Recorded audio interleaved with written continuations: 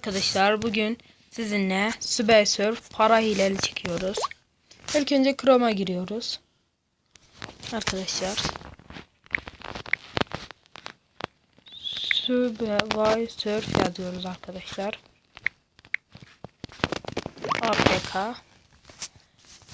Arkadaşlar en başta o geliyor ama siz yine de en yüksek olana, yani 68 mod para APK'ya tıklayın arkadaşlar. Aşağı iniyoruz arkadaşlar.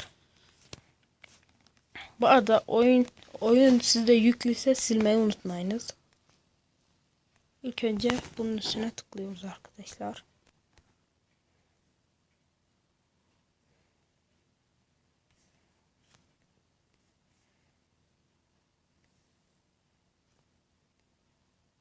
Evet arkadaşlar.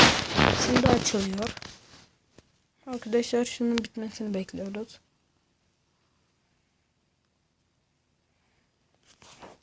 Arkadaşlar yeni bir yer açılmayacak.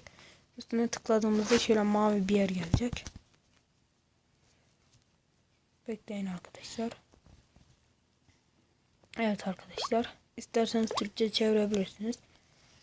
İşte arkadaşlar şuraya basıyoruz. Zaten bu İngilizce demek. Bunu indirmek istiyor musunuz demek bu da.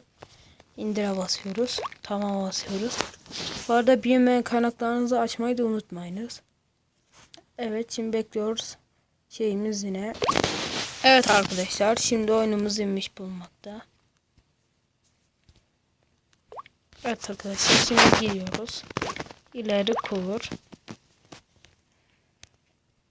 Arkadaşlar yüklemesini bekliyoruz.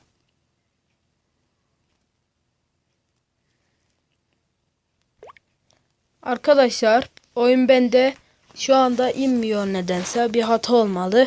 Arkadaşlar sizde inmezse demek ki olmamıştır ya da tabletinizin şeyi ya da telefonunuzun şeyi uymamıştır.